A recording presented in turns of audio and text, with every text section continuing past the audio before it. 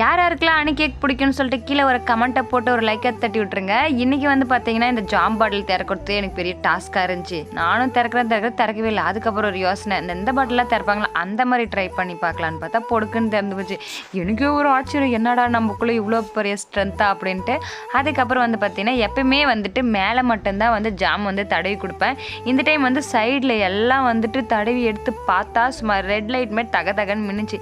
இந்த ஐடியா நம்மளுக்கு முன்னாடியே தெரியாமல் போச்சு. இத்தனை நாள் கொடுத்தவங்களுக்கு ஃபுல்லாக மேலே மட்டும் தானே ஜாம் தடவி கொடுத்தேன், இனிமேல் எல்லாருக்கும் இப்படி பண்ணி கொடுக்கணும் அப்படின்னு எனக்கு ஒரு யோசனை. அதுக்கப்புறம் தான் தெரியுது எங்கள் டெசிகேட்டட் கோகோனட் இல்லைன்னு.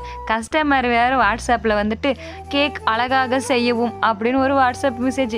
எனக்கு வேறு பக்குன்னு ஆயிடுச்சு, எப்படா இது வேறு அழகாக செய்யறது, எந்த ஒரு எக்யூப்மெண்ட்ஸும் இல்லைன்னு சொல்லிட்டு. அதுக்கப்புறம் தான் அந்த க்ரீம் வெஞ்சு எப்படியோ கொஞ்சம் அப்படியே அப்ளை பண்ணிட்டு நம்மக்கிட்ட இந்த பட்டி டிங்க்ரிங் பண்ணுறது தான் கொஞ்சம் பிடிக்கும். எப்படியோ பட்டி டிங்க்ரிங் பண்ணி கொடுத்து இந்த கேக்கை முடிச்சிட்டேன். கேக் எப்படி இருக்குன்னு சொல்லிட்டு கீழே கமெண்ட் பண்ணுங்கள். பாய்.